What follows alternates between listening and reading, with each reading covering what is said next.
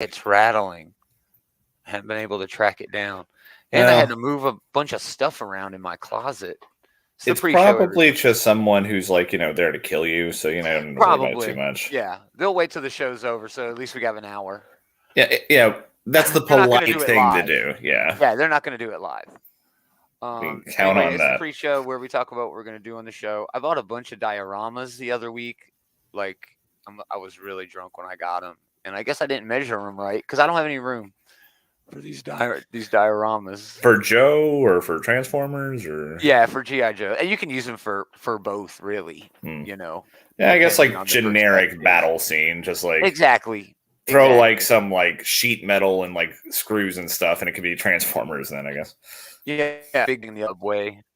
Yeah, it don't matter. But and we got a pretty good show. We'll talk about some. I'm sure you saw Quantum Mania. We'll talk about that. I did see Segment one. Quantumania, yeah, so we can talk about that. Cool. We got. It's really just a bunch of quick hits and then just a job at Kickstarter that jumped in that is available. But double dose of food news. It's snack related. And then a pretty damn solid week of comics. Yeah, a lot of good stuff. Yeah. Anything else you want to add to that? Nah, sounds like a full show to I me. know it sounds like a full show. Man, I should have busted out the dioramas just so you could see them, but damn, it's nuts. Maybe they're haunted, and that's what's making the rattling Maybe that's sound. what it is. Yeah, Maybe that's what it is. It's a 2-foot tall fucking building, dude. It's giant. It's giant. I had to rearrange my entire room almost, and it was not fun. But I'm gonna play with them as soon as the show is over. well, that sounds fun. I know. All right, let's do the damn thing. Very apropos. Mm-hmm. Intro this week. Sheer fucking hubris. I love that because hindsight 2020. Like, you were really wrong there, lady. What is that from again? That's from Picard, like season 1, episode 1. Okay. Yeah, that's when he goes to try to do all the stuff that he ended up doing anyway. And the admiral is like, "Oh, bastard. I hate you, old bastard." It's another episode of This Week's Comics Outbreak Geekers Comic Book Shit Talk Show. Shit Talk Show. Wilmer and Taylor Hour. Thanks everybody. We were off for a week due to the superb owl and some family shit that I had going on. That's actually still going on. I've got I still got 3 kids here that are extra kids, But anyway, I digress. Segment 1, what we do this week. I watched Picard. Season 3, episode 1. It might as well be TNG 2.0. It's awesome. It's great. So many little Easter eggs here and Well, yeah, there. they're being very upfront with the promos and everything. Like, hey, you want characters from Next Generation? Well, you fucking got them. Yeah, you just want us to do a full nostalgic freaking reboot, basically, I do, of this? yeah. Then we're just going to go ahead and do it. We'll go ahead and do it. Well, Picard has been more than that. We shouldn't be disingenuous here, but they are really going all in on the TNG characters this season, yeah. I am stoked about it. They had LaForge's daughter at the con. If you remember, that's where he started, in his early days, season 1 or 2 or whatever. But oh my gosh, so great. It's not my favorite Trek, but it's my first one. You know what I mean? It's the one that I fell in love with, that made me a Star Trek fan. There's other Treks that I think do better a job at certain things, but pound for pound, TNG is my favorite Trek. It established so much that can never be changed. You know what I mean? Yeah. I mean, if the original series was groundbreaking, and TNG built the foundation. Well, like TNG is like, let's take everything that's groundbreaking about the original series and let's give it a budget. Let's on it. Let's hire some let's hire like a more robust cast, and not to be mean to the 60s cast or anything, but the acting is a lot better in TNG. Yeah, and I mean it's just it didn't have a budget.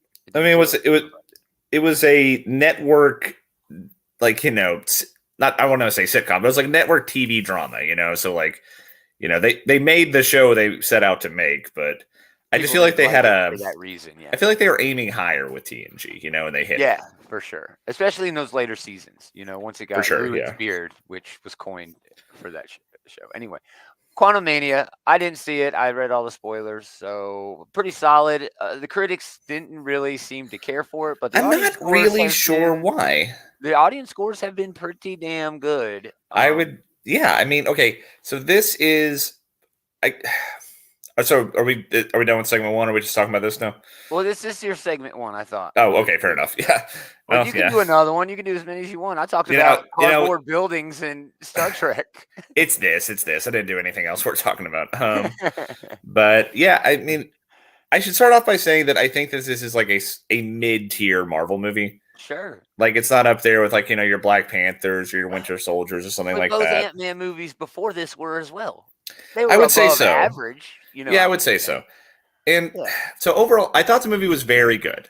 I enjoyed all the sights and sounds of the quantum realm. I thought that had some good action, some good interpersonal dynamics. And yeah, Jonathan Majors, once again, is just fucking dominating his screen time here, Yeah. Like he is really good in this. And big twist, at the end that leads to everything is the Council of Everything. We get a bunch of different Scots. That's a huge spoiler, but not really. There was a snippet of that. That was in the trailer. That's Yeah. But I mean, there's like a Council of Kangs now. Running around. I mean, you get to see him as Rama Tut, as Immortus, and I didn't recognize the last one. Was that like Centurion, maybe? Yeah, I'm not really up on my Kang lore. I'll be honest. It's hard to keep track of all the Kangs because there's just so goddamn many Kangs. So many of them. There's so many of them. But yeah, I mean, this is feeding right into and actually feeding out of what happened in Loki season 1, and then it's going to lead into Loki season 2 in a big, big way. And I really love that aspect of the second post-trailer scene is like a direct lead-in into Loki season 2, so that's really cool to see. I actually went back after I got back from watching this yesterday. I went and rewatched that episode of Loki, the season finale from last year, and it really drove home just like how good a job Jonathan Majors is doing, because He Who Remains and Kang are so different. Right, they both like have such a commanding screen presence, but for completely different reasons. Like, He Who Remains is like, he's this goofy fuck who just, it's like, he's seen this movie a million times and he's making jokes about it while he's watching. He's doing a riff tracks on something he's seen before, Yeah. And then like Kang, it just shows the range of actor, it does. And like, Kang is someone who you are not going to be fucking with today, Yeah. But that's awesome. I will say that it does not have sort of the quirky charm that the first two Ant-Man movies had. That was the point I was And so if you're going in looking for that, they really just fit all that into like the first 5 minutes. And then after that, they just kind of leave that behind. This is Ant-Man sort of growing up a little bit. It is. And I saw a good point that like Ant-Man was the character to use for this in a lot of ways, because it does kind of fit in with the whole thing where like, who's the character that Kang would underestimate the most and thus has the best chance of actually pulling this off? Sure. And again, they don't have a lot of people left. They don't. Tony's dead. Steve's dead. You don't you don't want like Sam Wilson's first crack at Captain America being setting up the next big bad, because that does command a lot of screen time in this movie. It's just hyping up Kang and making us understand that you should be worried about this Council of Kangs that's coming through, Right. I see it as a different thing. Yeah, it's not Ant-Man 1 and 2. Okay, this is Ant-Man, like I said, growing up, but becoming a bigger part, a more important part of the overall MCU. I think that's a big idea. They mention incursions in this, which is rad. I mean, that's the next big threat, is going to be. Yeah, they seeded that in Doctor Strange, and we're going to be seeing more of that here, it seems. I will say that like when we did get like the little quirky charm in the first 5 minutes, it was cool. Like it was neat seeing Scott and Jimmy Woo. They actually are like apparently buddies now, and they hang out at dinner. That's so great. That was cute to see. Yeah, it was a shame we didn't get any of I can't remember his name. Yeah, we didn't get any of Louise in this movie. Yeah, they weren't in there, and not at all. Yeah, there's always an opportunity for them to come back in another Ant-Man movie. Sure, but. Yeah, that's weird, dude. Oh, and I guess that's something that's worth that is spoiler territory there. That people were like, "Oh man, Ant-Man's totally gonna die in this movie." He doesn't. Yeah, he doesn't. They all make it out. They're fine. Yeah, everybody's fine. Everybody's great. We learned that there's like all kinds of different Ant-Mans, and it's wild. It's wild. And again, I have not seen it. I just read like 3 or 4 spoiler articles on it. Hey, Andy, how's it going? Thanks for stopping by. Hey, Andy. Love Andy. He handles the group over there on Facebook. You should check it out, the Outright Geekery group. Let's go ahead and do the news. It's just a lot of comic quick.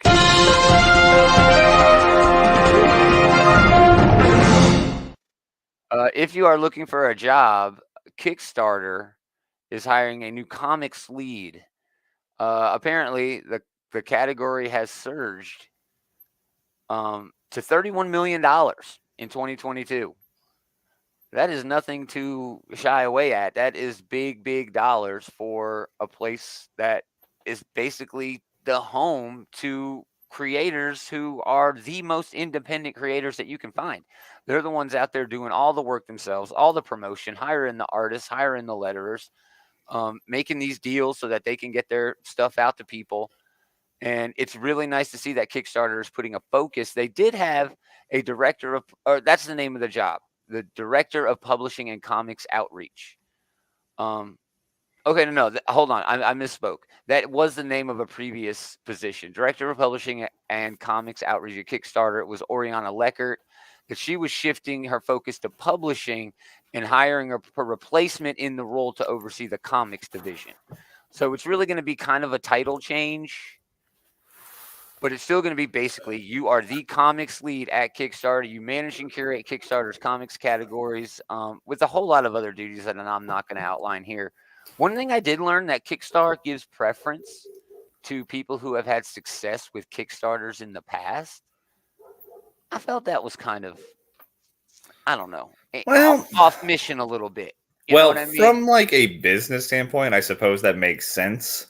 Yeah, you want to understand where I'm saying. What I'm go saying. with I absolutely see, because like if you're looking at Kickstarter as an opportunity for people who have been turned down everywhere else and like their last recourse is to go to the people themselves, and like if enough people think this is a good idea, then this or dream can come true. Or not that is they want to be competitive in their own right. That's the thing I see about Kickstarter is the harder you work, as long as your product is good, and that doesn't differ in no matter how you're selling your fucking comic. If it's good, it's going to be good. But it's my understanding that, or at least my feeling, that the people who are on Kickstarter, the harder they work, the harder they push their book or whatever they're selling, the more promo and the effort they put into it, they're going to get a result.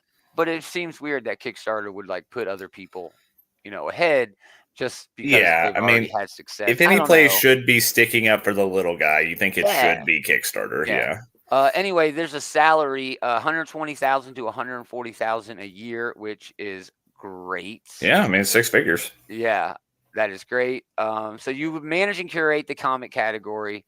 They want, and this is just the surface, helicopter level shit. 8 years of deep professional experience working in the comics community, including a network of connections in comics and industry knowledge about how creative work is funded.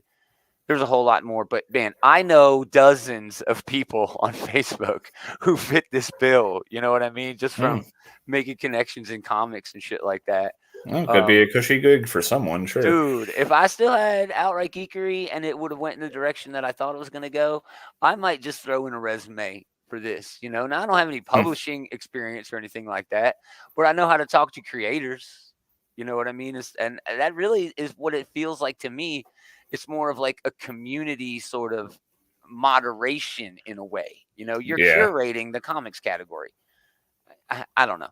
Anyway, this is the best part. They got full insurance, whatever, but fully remote and 32-hour 4-day work week. That's the dream. Yeah, I mean, right there. There's a lot to be jealous of there, including that schedule and that salary. Yeah, so it was a really light week for news, and I thought that was a fun one. Put your resume in, everybody. Moving on, quick hits. Fury #1. Al Ewing, Scott Eaton, Tom Riley, Adam Kubert, and Ramon Rosanas. Very weird. It's a one-shot. May 24th. 60 years of the comic book character, Super Spy. It's a thrilling saga across Nick Fury's storied history. It's a double-sized anniversary one-shot. If you look, it's really covering. Yeah, we got Howling Commandos, Nick. We got like classic old school Nick. We got What's his name? The guy on the wall or whatever. Yeah, the guy on the wall. He had a name. I can't remember the it right now. stranger, the man on the wall. The man on the wall, whatever his name was there. And then we got the modern MCU inspired Nick Fury. Yeah, I love that. Nick Fury Jr., I think, is who he is in the comics. Exactly what they call him, yeah. Each artist is going to tackle a different period, just like you said. Kirby and Lee, Sergeant Fury and the Commandos, President Day as All-Seeing Man on the Wall. But the best part of this is it's going to give rise to more Nick Fury shit.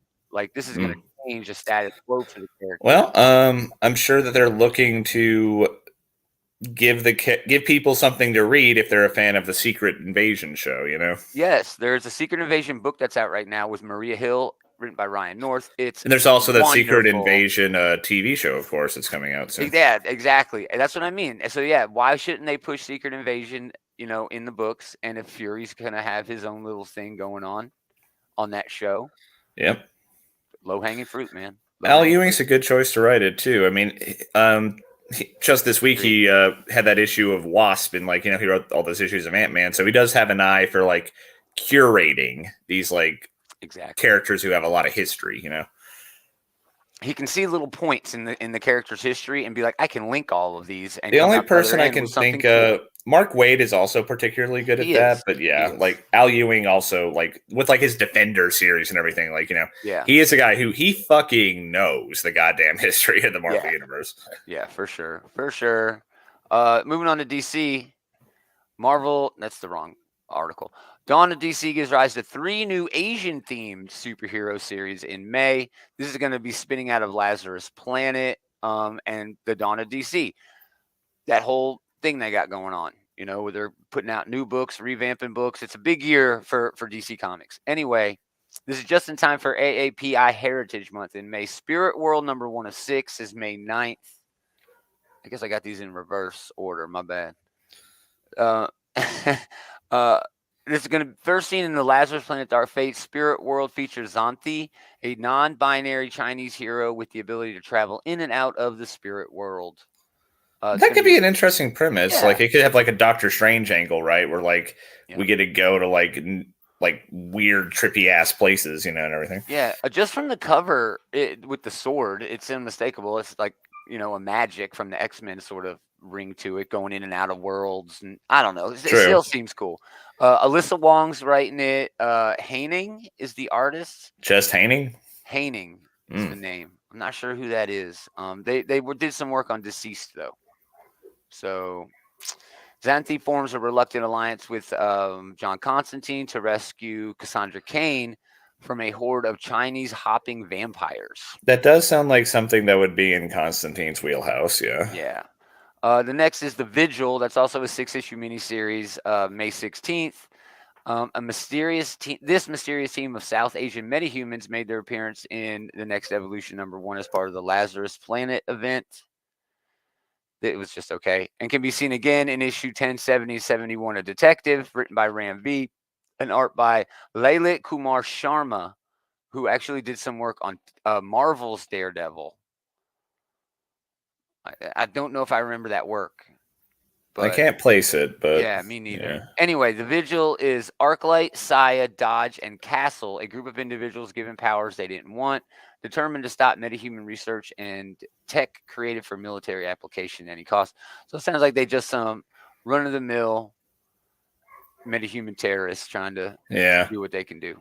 I'm struck by 3 of them look they're all full ninja garb. They look fucking Snake Eyes up there, but then there's just some dude with a pocket protector. Yeah, he's my favorite already. I can tell already. He's just going to be the best one. And then lastly, City Boy number 1, May 23rd. This is DC and Wildstorm fans have been introduced to the Korean superhero Cameron Kim, aka City Boy, in the 30th anniversary special, and Lazarus Planet Legends Reborn number 1. He's just a kid trying to make a living using his powers of speaking to cities. Okay. To find lost and hidden goods to pawn. Just trying to get by. But having that's an interesting idea. It is. You could. Those are so I don't know. They're. I don't think it's gonna complex, but yet still so easy. I don't think it's gonna be this, but I remember an issue of Sandman where the idea that cities were had like a soul. Yeah, they almost. have a soul and they dream, and that's how it came up in Sandman. Yeah, I remember that one. I don't know if they're going to go that route or anything, but he can talk to cities, so it kind of sounds like what Manifold does with the universe in some ways.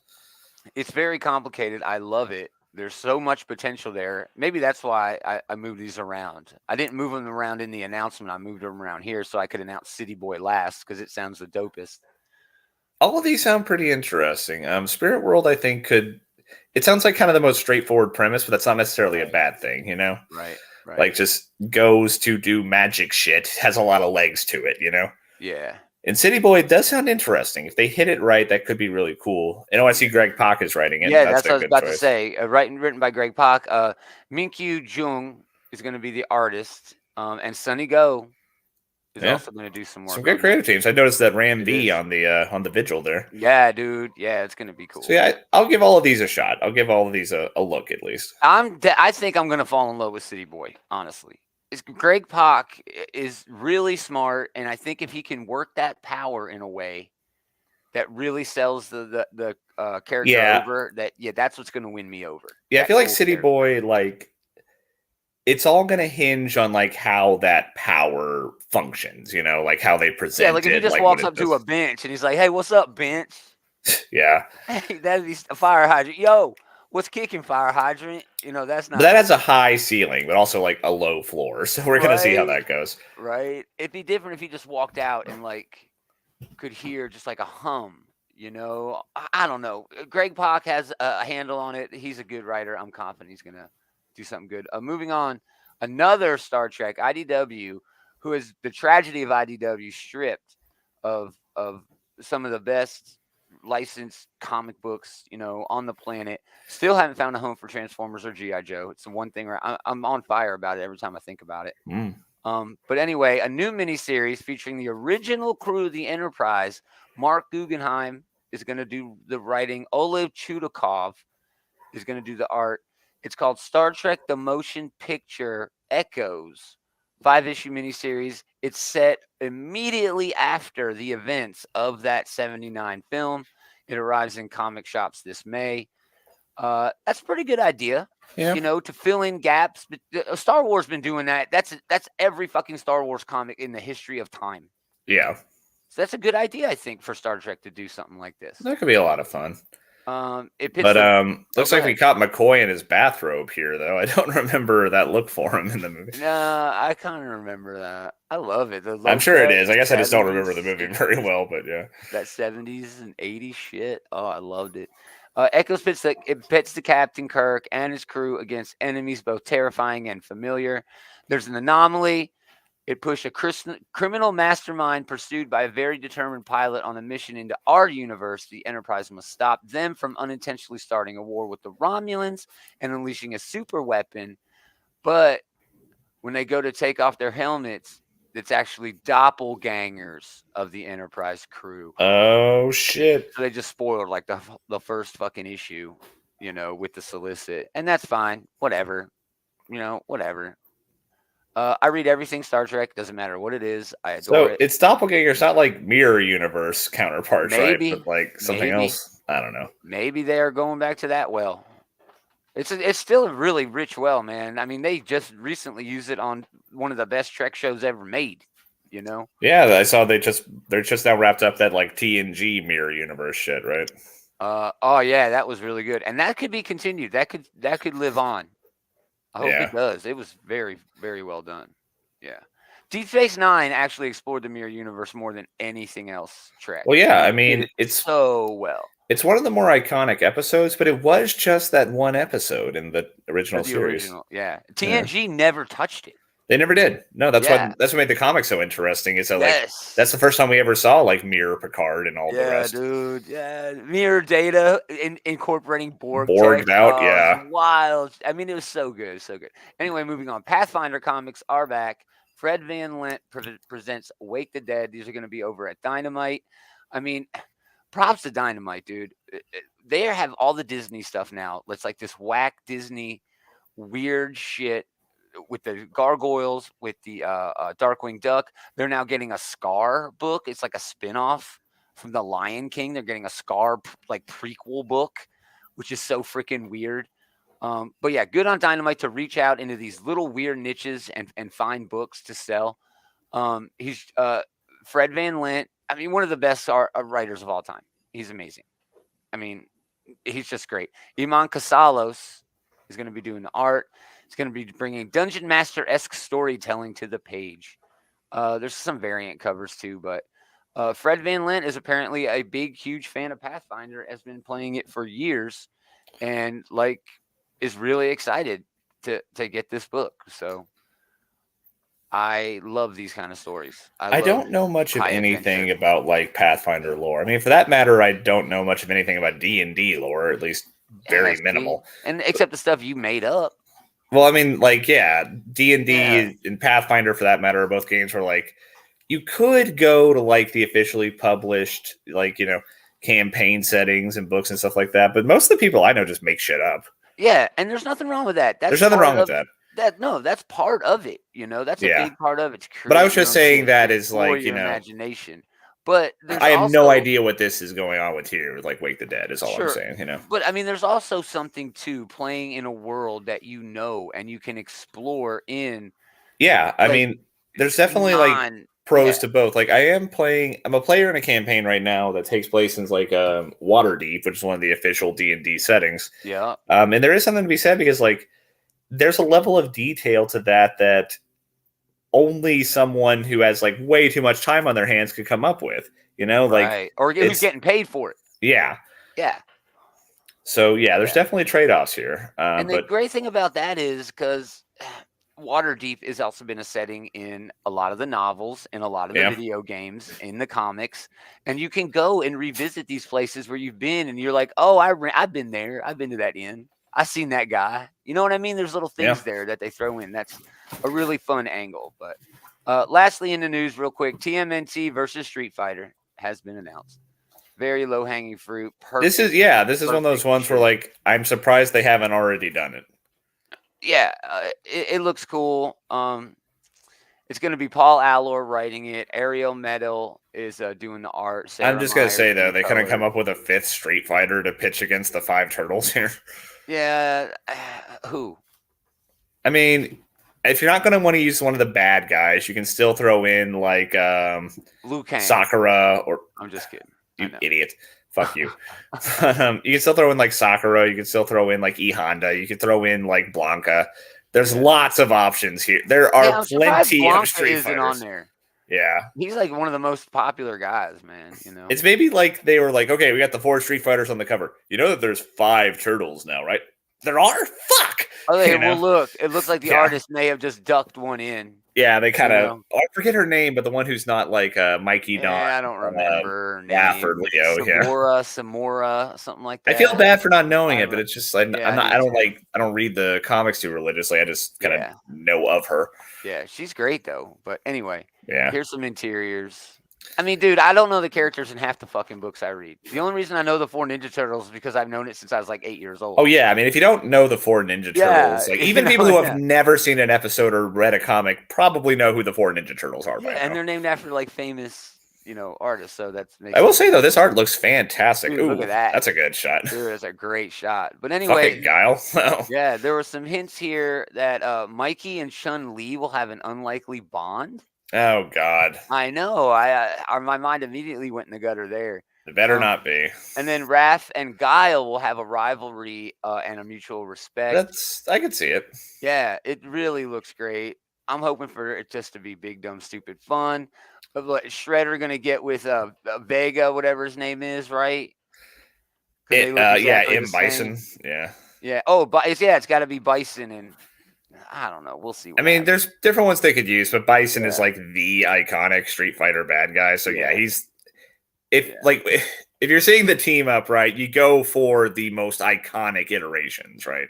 Yeah, and it depends on what continuity they're using because Shredder's kind of like a good guy right now, which is kind of weird. I know. I mean, I'm sure we'll see like Bebop and Rocksteady teaming up with like Sagat and Vega in Balrog. Every time. Yeah.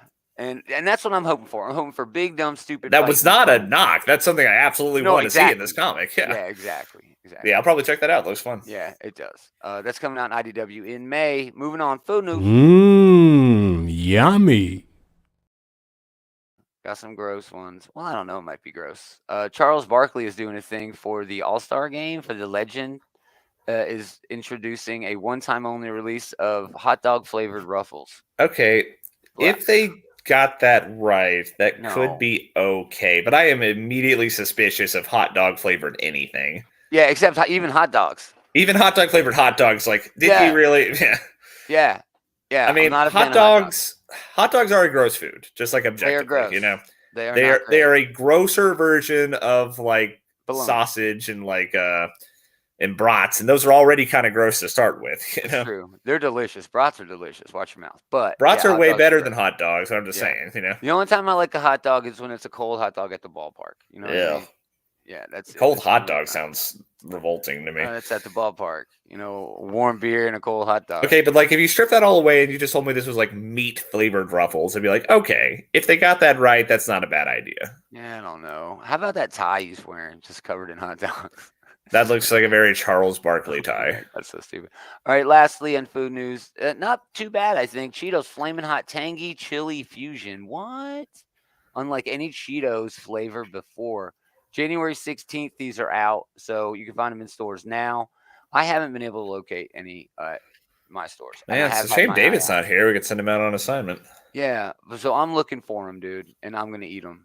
But this seems like it could be a good idea. Cheeto. Yeah, I love a hot Cheeto. I mean, the consensus is in on hot Cheetos. You know, they are a proven success. I mean, I'm not a big fan of them, but you know, I recognize that that's a me thing, not a Cheetos thing, because people fucking love these flaming hot Cheetos. Oh, they're delicious. They're so good. They're so good. Awesome.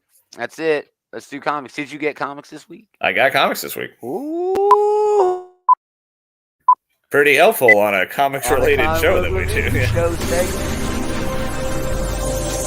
You can split the load this week here, Comer. Man, I bet you had a big bite, too, having to get all those other ones. Anyway. Yeah, man, I had a bit of a backlog. Man, 3 could have been so many things for me, so I'm going to wait and mention those at the end of the show, just in case you're going to mention them. But I'll give a shout out to a book that was brand new Image comic released this week called The Last Barbarians. Brian Haberlin, Gerard Van Dyke, Brian Haberlin helping out in the art too, actually. But really solid start to a really familiar fantasy story. You know, we've heard this before, but it was just really well done. It had its own sort of spirit to it. It was just really good. It was a simple meal well made. Exactly. Simple meal, well made. My number 3 this week was debatably, Nightcrawlers. This was almost my number 3 too, but I bumped it down to honorable mention. But I just didn't want to have too much X stuff. Oh my gosh, yeah!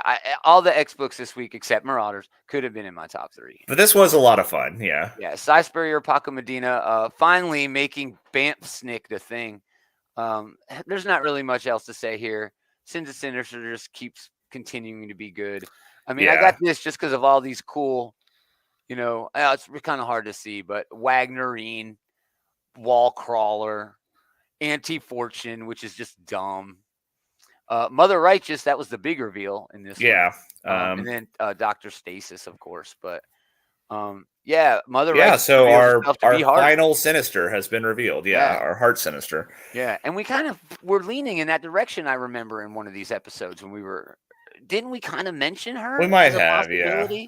I don't know. Maybe we might have, but it makes sense. It's one of those things where, like, it definitely seems obvious now that it's been revealed. Exactly. But really, what this is just a bunch of Mr. Sinister Chimera using Nightcrawler. And he makes a bunch of different Nightcrawlers blended, mixed with other genes from other mutants to make these wild combinations. And they're basically his hit squad. And he's going after what appears to be a Banshee and a weird Ghost Rider. I wasn't quite sure I had my finger on. That was something from the Way of X type of stuff they've been doing. Or not Way of X, whatever it is now. The other side. Legion of X. Yeah. So that was that is something to be said for this book. If you haven't been keeping up with Legion of X, there are some stuff that they don't really walk you through very well. Like, who is the purple skull guy? It's Banshee combined with not a spirit of vengeance, but like a spirit of something else. It's something Ghost Rider. It's Ghost Rider adjacent, but it's not a Ghost Rider. Yeah, maybe that's why I immediately went to Ghost Rider, not just because it was Oh a well, I purple mean, skull, but it's definitely I remember reading. Yeah, it's definitely evoking Ghost Rider. I mean, you can't yeah. do flaming skulls, especially in the Marvel universe, without it being Ghost Rider. You know. No shit, no shit. But But yeah, yeah, this pretty was a lot of solid. fun, and Pretty solid. like I feel like this sets up like the. I feel like we finally know what's really going on with the books here. It's a Sinister war. You know, Yes. it looks like Immortal X-Men is going to be following our Mister Sinister. It looks like Nightcrawler's here is going to be following Mother Righteous, and it looks like Storm and the Brotherhood is going to be following Orbis Stellaris. Yeah. And then, of course, Stasis gets cacked in this issue. Right. Spoilers. Yeah, exactly. Well, that's what we do. But anyway, this was basically promoted as a new Age of Apocalypse, and that's exactly what we're getting. We're getting cool. I mean, riffs it's the on Age of Sinister. That is straight up what this is. Exactly. And 100%. that's not a bad thing. Sinister has been a lot of fun in a Yeah. lot of books for years now. He was Yeah. great in Hellions. He's been great in Immortal X-Men. He was great in Hickman's books when And he was still writing it. The Sword, the X of Swords, he was in that to a great extent. Yeah. So yeah, Sinister has been a highlight for a lot of years now, and him being the star of the show now, and it basically being his Age of Apocalypse. It's a real hoot. I'm enjoying this event a lot. Yeah, and it's still all revolving around the Moiras and him being able to reset, and that's like. I mean, it is kind of away from him, you know. That is a fun idea. That like this is all a testament to the power of being able to save scum. Exactly. Have a save point. Yeah. Awesome. Honorable mentions and number 3. Okay, so Nightcrawlers, I'll say, was one of my honorable mentions. I enjoyed it a lot. X-Men number 19 was another honorable mention. I have that on my honorable mentions as well. I didn't want to mention because I thought you might have had it in there. It was close. It could have been, but book. Yeah, it was a lot of fun. It's basically them just throwing down with the Brute. I don't know why Polaris is on the cover of this issue because she was not in it. In the book. Monet was in it. Maybe they were going to put her in there instead of Monet. Maybe, or they could have done Firestar. She had a big part in the book. Yeah, I'm a huge fan of Penance. So it's from back in the Peter David X Factor investigation. Yeah. And I can tell that Gary Dugan has a lot of fondness for writing Forge because he has he's had a real center stage for a lot of these X-Men issues so far. Yeah, great shit with the Brood. Sync and Talon are amazing in this. I love her new name, Talon. Firestar and Iceman. Dugan, like you said, he's just doing so much in this book, and it's just a whole lot of fun. It's a little haphazard here and there. You know, a little bit. Sometimes things lose focus, but it doesn't really matter. It's just having fun. Yeah, enjoying this a lot. Final honorable mention for Avengers Forever, number 14. Nice. It's Avengers versus like an army of Dooms, including like Doom the Living Planet here. Yeah, I almost said Mogo Doom, and I'm like, wait, no, wrong, wrong. No, we're Ego in Marvel. If it was DC, Mogo. Then it's Mogo. Yeah, but nice. But yeah, I mean, there's nothing I can say about this that I couldn't have said about like every issue of Avengers that's come out in the last few weeks. Yeah. It's so over the top. It's so let's get all the toys out of the toy box and smash them together, and it's a whole lot of fun. So yeah, this book's been a lot of fun. You're right, but all over the place. All over the place. My actual number 3 this week though is Fantastic Four number 4. And spoiler alert, that's my number 1 book of the week. All right. Well, it's easy to see why, because this book has so much charm. It has so much personality to it, you know? Yep. It's cool to see the FF like going out there and doing work. It's cool to see the interpersonal dynamics. And it's really cool to see like they've been building up to like this big terrible thing that Reed did, and you definitely get it, you know, when we get there. I can definitely understand why Ben and Alicia are so fucking pissed at him. But I mean, you know, he's forgiven at the end, rightfully so, because he's too smart for his own good. And I love that is Reed Richards' weakness. This is my power, this is my weakness. You know what I mean? Yeah. Ryan North just lays it over so hard on here that you're reading it as a reader and you're like, holy shit, I can't believe that's what he came up with. Yeah, I mean, Ryan North, I think, definitely gets the Reed Richards character a lot because it's easy to see Reed and like see like, man, he is an asshole. He is an asshole. But he's an asshole who does care. It's buried underneath a lot of like, well, this is for the greater good. Oh, well, this is the smart thing to do. Yeah, and all this logic, but he got no heart. he has a heart. Like it's hard to see, and they pointed out in this issue, right? It's That like squishy. It's squishy like him. Yeah, it's so easy to forget, but like Reed Richards is a deeply empathetic man. He is a deeply caring man. He gets lost like in all of his like, logic application and things like that.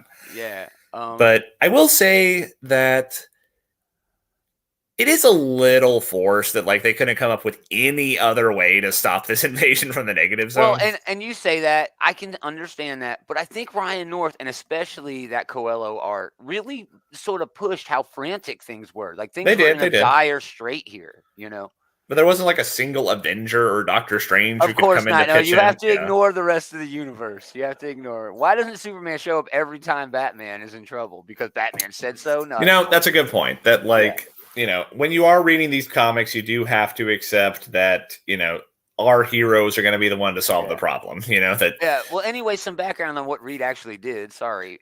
There was an invasion from the negative zone. Like it is, yeah. Yeah, like it happens. It was around the Baxter building. So what he did was he had had basically Johnny and Sue keep everybody in the area while, the thing was punching the shit out of everybody. Alicia was down there in the fight somehow, just bad timing. Anyway, Reed comes up with the plan to displace time in a way where all the bad guys would get zapped to a different part of the solar system in space in that immediate moment, but while everybody else would have that happen just a year later, but to them it would be instantaneous. And he thought, oh, that's a great idea. I'm saving these people, but they're going to be out of time, displaced from time, not even exist for an entire year of our time, meaning parents are without their children. Parents or children are without their fucking parents. Well, how you gonna work? Work gonna fire you in 6 weeks, Yeah. It's just like all these other problems. But I like how Ryan North sort of simultaneously builds on that societal pressure, but like puts it on Reed. Like Reed's like, oh, I'm the fucking hero, man. Look what I did. I saved everybody's well, ass. That was the man. Again, I think he has like Reed down pretty well here because like this is a greater good. This is definitely the lesser of two evils, but Reed jumps to the lesser of two evils so damn quick, Yeah. I loved everything about it. The side story that brings them all together, where Alicia and Ben are sort of stuck in a rock formation, that was a little weird. Like that was just an excuse to tell the story. Nah, I think Ryan North's smarter than that. I think that's a clue to stories that are going to be coming up. Some sort now of they're parasite, the four again. Now they're the four. They are. Now they're together. The band is back together again. And but great issue, dude. Great choice for number 3, man. I had such a good time. I think it's time to retire this book because I had such a good time with it. All right, that leads to me. Sorry, I did take most of the talking because I had such a damn good time with that book this week. Well, it was your number 1, so it makes sense to me. Yeah. My number 2 this week is a debut from Image Comics called Torrent #1. It's Mark Guggenheim and Justin Greenwood. This is basically your superhero deconstruction of sorts. Our protagonist is a hero, okay? But she's also a mother and a wife. So she's a hero and a homemaker. The villains find her, figure out who she is. They murder her family, and she's about to break bad in a big way. From happy-go-lucky hero and homemaker to a hardcore vigilante. Tones of the Punisher here, but just in the best of ways, revamped. Amazing, a little bit of a throwback, I think, to the art. It's a little cartoony, but I really enjoyed it. Hyper violent, I love that sort of shit. And yeah, just really, really well done. And I mean, it does seem like a good twist on like Punisher, but blank. Exactly. It is a thing on the Punisher, but we didn't see Punisher break bad. What we see with the Punisher is how terrible his past was that actually led to there being a final straw on the camel's back. Right? He showed up as an antagonist for Spider-Man originally. That's easy for people to forget. But that was his tragic villain story, not his his origin issue. Yeah. Yeah. But this is kind of like that, but it's like this hero takes a complete 180, and you can see exactly why they do it. And it was just really, really well done by Guggenheim and Greenwood. They leaned into it exactly as far as they needed to, when they needed to. The pacing was perfect. It sped up, it slowed down. Just a fantastic comic book issue, man. Fantastic. Second best thing I read this week. So yeah, that's my number 2. What? Yeah, I guess we're done with your list then. But, yeah, we're done with my list. What's your number 2? Better late than never. My number 2 is Swamp Thing. Green Hell number 2. Oh my gosh, it was fantastic. Where the hell is Swamp Thing? Oh man, it was so good. But was it worth like a year wait time? No, I don't think anything could be. Issue number 1 of this dropped on December 29th, 2021. Oh man, I know. Over a year ago, then. Yeah, I think it's worth the wait. Doug Mahnke had some personal and family issues. Oh, sure. And it's hard to beat that art. I don't want to be one of those like shitheads who's like, get it out now. But you know, if you got shit going on, you got shit going on. You know. Mm-hmm. But yeah, like all these trippy visuals, like the Parliament of the Trees, and like when like all the like plant animal like rot monsters are crawling out of the ocean together. Oh yeah, I should have grabbed that page because that was a good one too, though. A Swamp Thing like fighting them, and like Constantine just being such a magnificent bastard in this, snarky asshole. I love it. Oh, it's so good. But yeah, I mean, this is the perfect book for someone like Jeff Lemire, where you can take all these like weird esoteric things, like the red, the green, and the black, and like just give him like a playground, like, and it's on like, you know, a post-apocalyptic like last refuge of humanity. It's such a fucking hoot. I can't believe this isn't like an in continuity book. I can't believe they don't do more with the red and the green and the black. It just boggles my mind. It feels like such a great way to build an entire team. When they do the book like that, when they do the Black Label stuff, it's either because it's like, you know, graphic, you know, like quote unquote like adult material, which kind of is going on here, but really I think this is Black Label because they don't want this to be thought of as like in continuity. That's exactly, and it is like in a post-apocalyptic setting. So yeah, they can just exactly my thought. They're gonna slap a Black Label on that and be like, okay, nerds, you don't have to worry about like where in the timeline this is. Right. Yeah, great choice. Again, was it worth the wait? Hard to say. But it was a damn good issue. You know, good issue. All right, so that was his number 2. My number 1 has already been said. Fantastic Four. There's only one possible book that could be your number 1 this week, man. Yeah, you called it Wolverine number 30. I've retired this book, but yes, this is a perfect comic book issue. Go ahead. This is really fantastic stuff. I mean, you probably have heard me and others talking like the last few weeks about just like what a fucking bastard Beast has become, but like he is out here murdering children. Yeah. He is out here like doing the worst like cover up shit in this issue. And when Wolverine finally catches up to him and just like fucking disembowels him, it is really cathartic. I have that. But then like he's not fucking done yet because he had his own like little resurrection pod sitting and ready to go. Genius. Yeah. I mean, somebody got a headquarters like that and you don't know they're evil? Come on, man. He's literally like that's basic. What's the name of Skeletor's lair? It's basically that. Yeah, Snake Mountain. Yeah. Yeah, he's basically Dr. fucking Evil here. Okay. Yeah. I mean, he's in his fucking supervillain skull waterfall lair. But I mean, this panel right here, this series of panels where Wolverine's like, you see this? You see this Snick Snacks? Dude, that is brilliant fucking writing for this character. It's genius writing. Ben Percy, I don't know how he manages to make Wolverine so fucking threatening without this being like a M-rated book, you know? Yeah, for sure. Yeah. Oh, man. So good. But then there's this genius. Yeah, he is using Jeff Bannister brilliantly, you know? Oh, my goodness. This is such a fun character that he's introduced, and just like all the spy muckety buck, and like Beast has got everyone like turning on each other and you don't know who to trust, and just it's brilliant. This is one of the best Wolverine stories I have ever read. It's probably up there, dude, and I've read all of them. I've read every Wolverine story. There's a lot of Wolverine runs that come to mind. Like Jason Aaron had a great run back in the day, and I count his Wolverine and the X-Men as part of that too. Yeah. Jason Aaron, I'm pretty sure, wrote The Man in the Pit, which I think is I believe you are right. Yeah, that's my favorite Wolverine story of all time, The Man in the Pit. It's short, it's a one shot, but I love it so That is really damn good. Yeah. But I mean, what's his name? Who's doing all that shit for Netflix? Mark Millar. He's written some. Mark Millar has some damn good Wolverine stuff. That was Old Man Logan and everything. Yeah, that was Old Man Logan. He also did Frank Miller, of course, back in the day had some Miller. great Wolverine. Jeez. But and Claremont as well, if we're going way back. But yeah, Silvestri even did some good shit on but Wolverine. yeah, Ben Percy though he is making a run here. He is building up a strong case for this being the best Wolverine run of all time. The thing about it is, I'm not sure if it would be as good without X-Force, and I know it would be a lot different if it wasn't for the Krakoan age.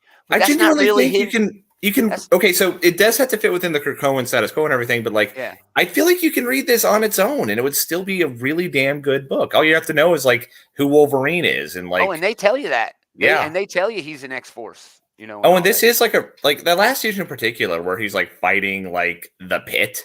Oh, it's awesome, dude. When he's really fighting himself. Oh, it's This is brilliant stuff, and it had to be my number one. Yeah, great choice. Again, best thing I read this week. The only thing I can complain about, it's retired. I definitely understand retiring it, but like the only complaint I can make about it is like I'm never going to be able to look at Beast the same way again. Yeah, the character I liked. He was one of my favorite X-Men. They'll change that. It's Once hard the toys to get are past back in this. the box. I'm sure that eventually they're just going to write it like it never happened. They'll have redemption arcs, and maybe I'll change my mind someday. But like, this is one of those things where like, this is such a Breaking Bad thing for him. Isn't he acting a little sinister-y? Maybe that. Mr. Sinister got over on him. Maybe they have an out to help this guy. I mean, I'm sure that they'll like. If not, I mean, I'm sure somewhere down the road they'll be like, "Oh, well, I had a brain parasite the whole time. Oh man, I was acting terrible." You know. But the Mr. Sinister shit would actually work in the story. You know, that would be a lot of fun. Yeah. I don't know that's what they're doing, but I guess I wouldn't be surprised. I mean, to save him, they have to save Beast, man. I mean, he's Beast. You kind of have to save him. I don't know. He's one of the classic X-Men. It's kind of weird. Anyway, that's my list. Awesome. It was a great week of books. There's going to be even a better week of books next week. Maybe. Find out tomorrow, Monday, when we do our Monday night show. We'll talk about all the new books coming out. Dave should be here for that. So if you like what you're into here, go check out the Bullies, Leroy and Eli, doing a pop culture show on these channels as well as their own. Don't miss out. That's a shit ton of fun. If you want links to what they got going on, go to outrightgeekery.com. You can also get everything that we've got going on up there. It's a really fun landing page. It's just a bunch of links to shit that you can go check out. Also, check out the group. Go to Facebook, search groups for Outright Geekery. Andy's over there killing it all the time. So much fun over there. Again, thanks everybody for hanging out, but most of all, thanks to this guy for hanging out with this guy. Good times. We are going to do it again next time. Same geek time, same geek channel.